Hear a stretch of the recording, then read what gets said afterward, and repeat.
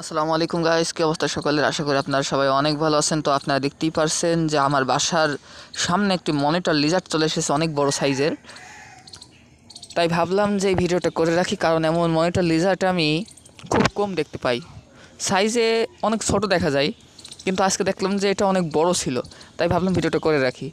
আর এই মনিটর লিজার্ডের অনেক রকম নাম আছে, ঠিক আছে? এই মনিটর লিজার্ডের অনেক রকম নাম আছে। কেউ এটাকে গোসাপ বলে, কেউ গুইসাপ বলে, বা আঞ্চলিক অনেক অনেক রকম নাম আছে। তো ফাইনালি আজকে তার দেখা পেয়ে গেছি। অনেক দিন ধরে ভাবছিলাম যে এই মনিটর লিজার্ডের একটা ভিডিও করব। তো ফাইনালি আজকে তাকে পেয়ে গেলাম। দেখুন কত বড় মনিটর লিজার্ড হেঁটে চলে যাচ্ছে। এরা সাধারণত মানুষের কোনো ক্ষতি করে না এবং এদের কামড়ে কোনো বিষ নাই। এই প্রাণীগুলো খুবই ভালো।